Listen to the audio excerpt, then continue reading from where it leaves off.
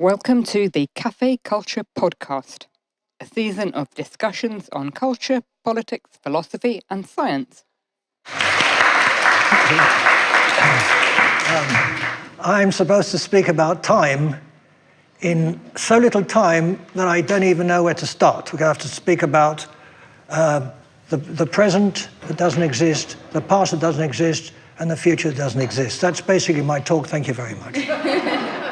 Okay.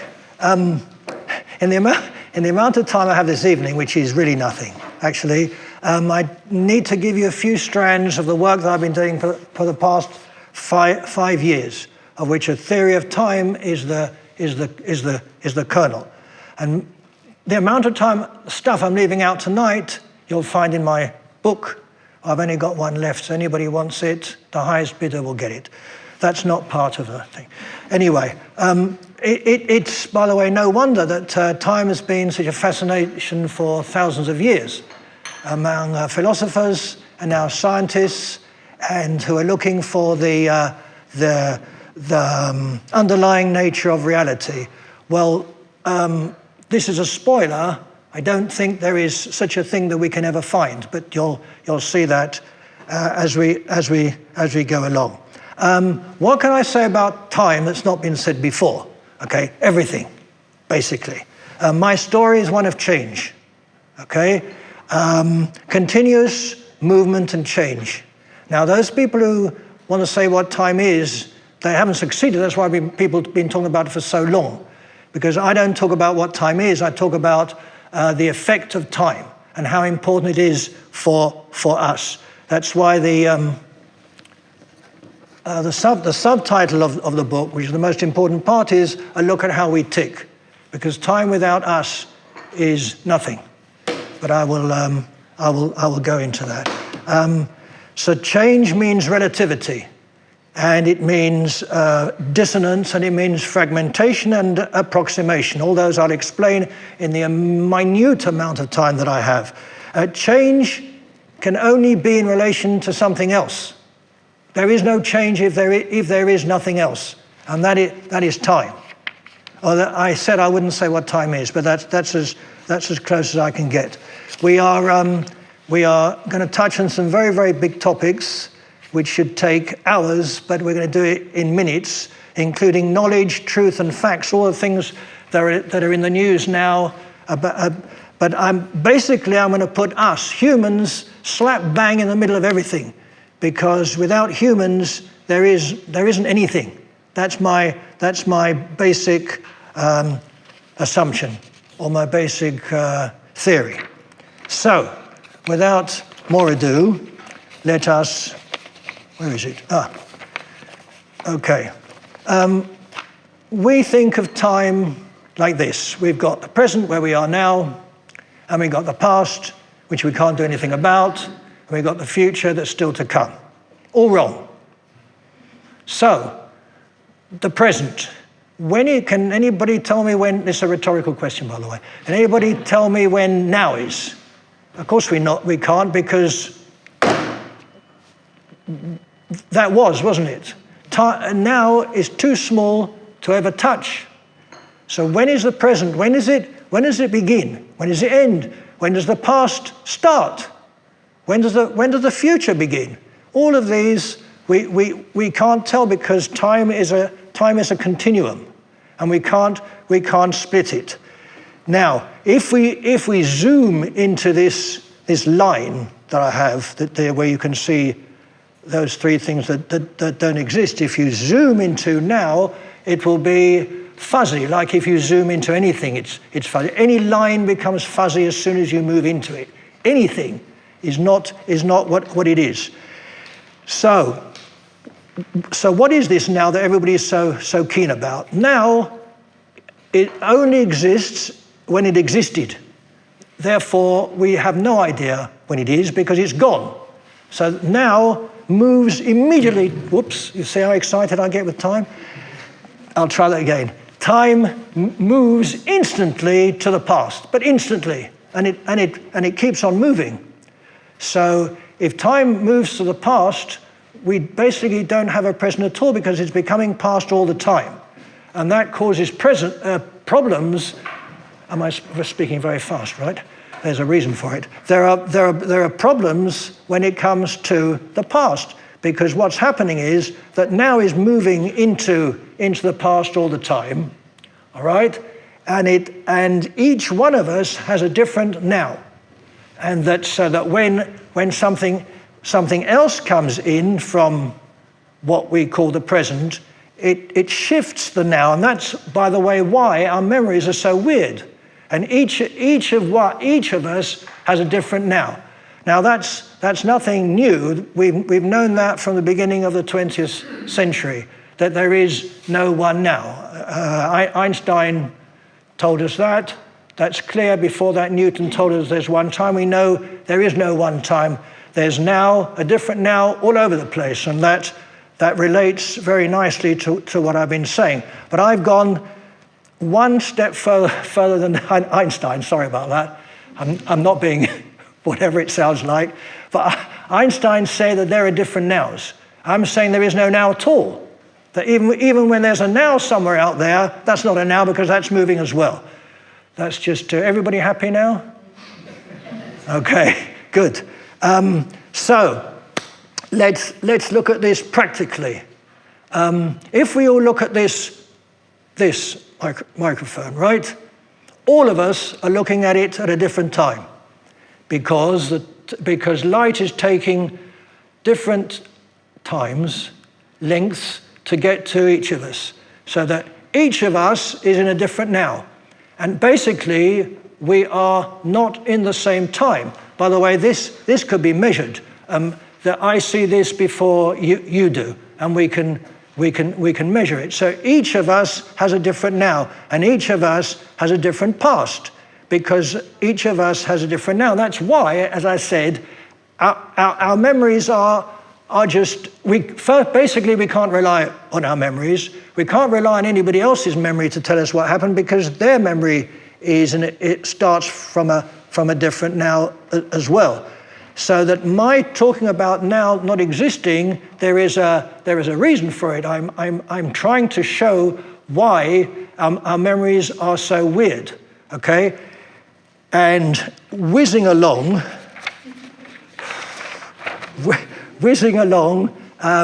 you know the expression, you can't step in the same river twice, right? Now that is a very, very good metaphor for saying that things are never the same.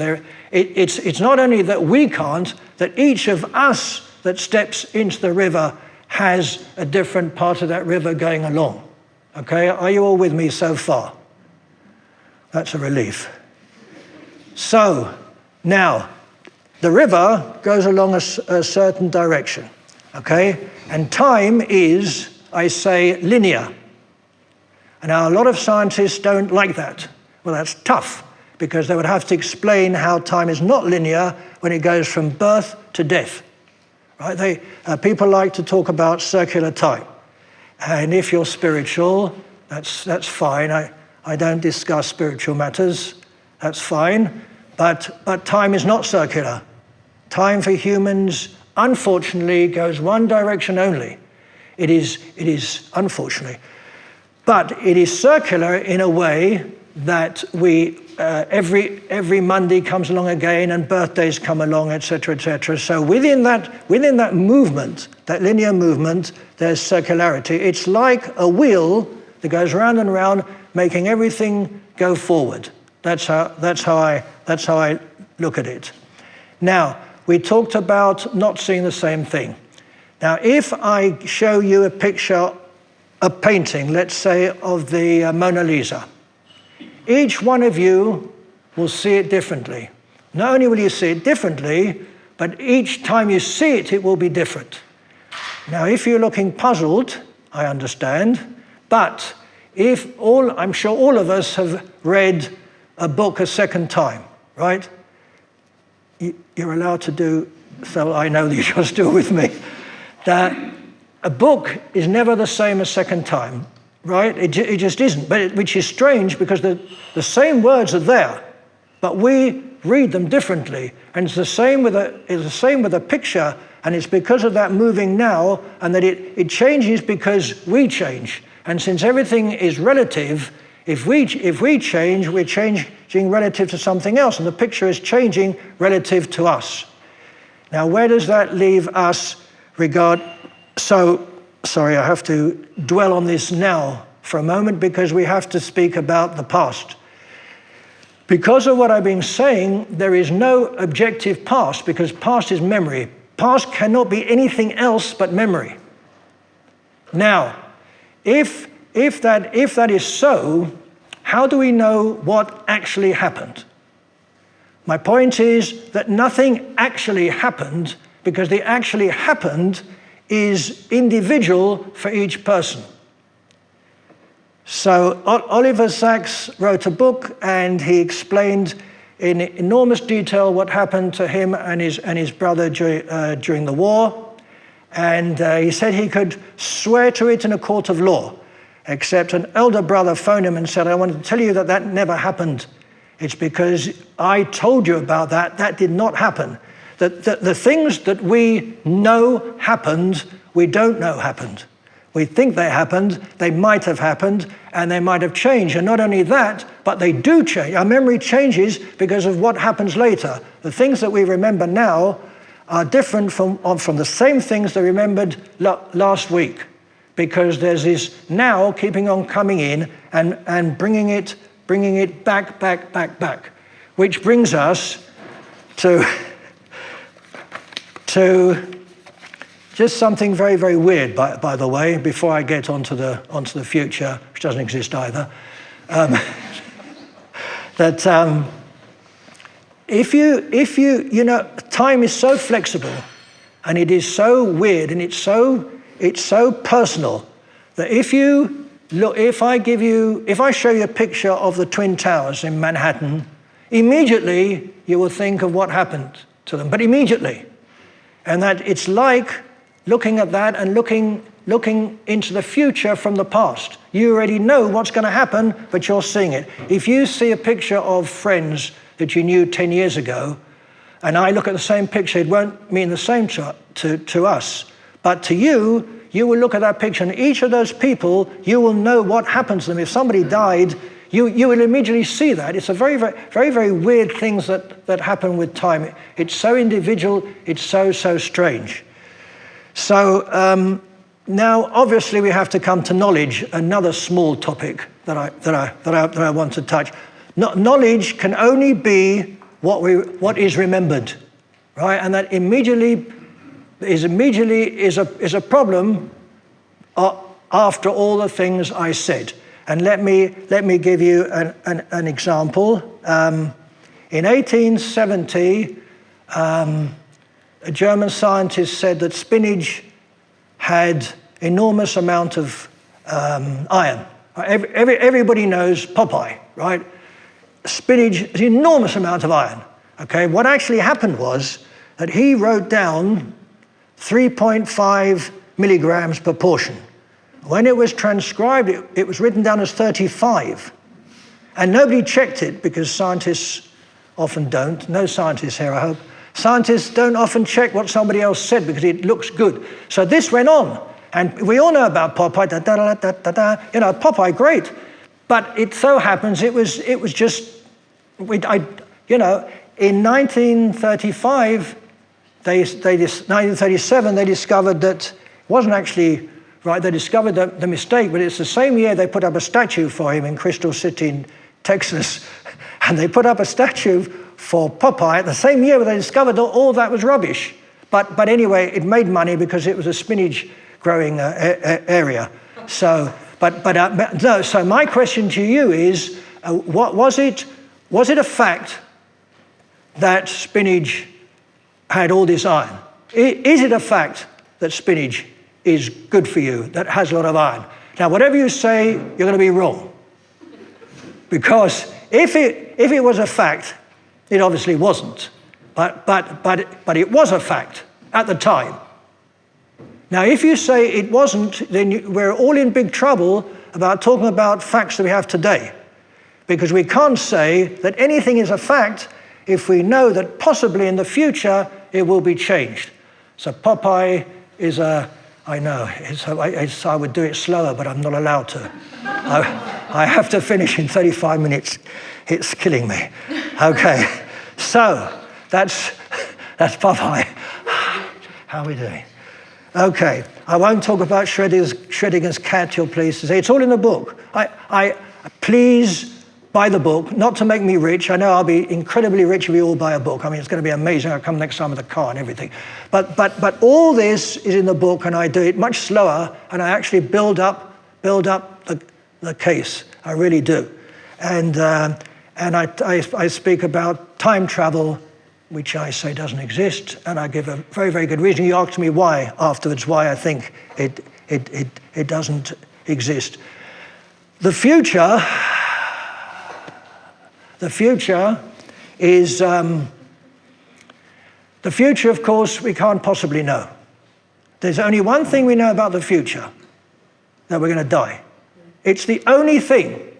We cannot know anything else about the future, because the future is based on that weird thing called the now that's moving back, that's gathering up dust and weird stuff all the way. So anything that we can think about the future would have to be based on all the weird things that are going on, going back. So the future is a probabilistic future. If that sounds familiar, it's because of quantum mechanics. It's what probably might happen, probably, but we have no way of pinning that down, just like in quantum mechanics, they have no way of pinning down the quanta until they measure something else. And it's even worse with time, because we can't actually measure what's going on in the past. And I apologize for speaking so fast once again. Usually I don't. I mean, well, you wouldn't know what usually is because you've never seen me. Anyway, so I've left a lot out. One thing that you're going to ask me about, obviously, is about truth. Because what I've hinted at very, very broadly is there cannot be anything like truth, objective truth. There cannot be, because it has to be relative, it has to be subjective, and that objectivity is the basis of everything that I'm doing now. To say that something is objective means that it's out there somewhere that we can't get to. It's equivalent to saying, might get into trouble now, it's equivalent of saying about God. God is out there, I can't get to him, and he's there. Atheists do the same thing about truth. There's something out there, I can't get to it, but it's there. The problem is that it's untestable. For you to say that there's something out there you can't get to, obviously we can't get to it, because everybody has a different way of looking at it. So an absolute truth has to be something that we can touch and we can all agree on, and we'll never agree on what the truth is, because first of all, there just isn't such a thing that you can actually touch. So that's the problem regarding truth and knowledge, etc., etc. Okay. In my book, I bring it all together. I talk about memories, and I talk about false memories. I talk about the future and déjà vu, and I talk about time travel, and I talk about the self, which is a huge problem. I talk for hours about the self, which obviously is no one thing. It's completely moving all the time. We are not one self. That's all part of time. It's all part of what's happening. When I said to you that please remember that we're talking about continuous move, continuous all the time. Nothing is still. Nothing in the universe is still. Everything is moving in relation to everything else. So it's highly complicated. And the connection with science, which if you invite me again, I will talk about. That'll really drive you crazy. But the connection between philosophy and science is extremely, it's interesting, extremely interesting. And I deal with that, and I will deal with it in the future. The theory in my book is called dissonance, fragmentation, and approximation. Okay, the dissonance the world is full of dissonance. Now, the fact that people are looking for harmony is problematic. There is no harmony. The actual fact of looking for harmony drives people crazy because they're looking for something that isn't there. There is no harmony. There can only be dissonance. And one small example is that if you remember, I talked about now going back, and I talk about linear time going forward, you'll immediately see there is a problem here. That we are actually moving back because of the now, but we're actually moving forward into the future that we don't know. In fact, the only thing we can know is that there's a future, because the second we don't know, ... Okay, so I say that we are poised, all of us, on a critical edge between what is observed and what is about to happen. That's the tension. That's the non-harmony. Okay, we are constantly on the verge of change. And if you think about time which is change, and everything changes, time itself is something that disrupts what would be an impossibility. Right? Without time, there would be nothing happening. And something happens can only happen because there's time, right? So there is the dissonance is the tension between all of that and the backward moving now, which I call dissonant balance. As weird as it is, but that's what we are. Time is weird because we are weird. I mean,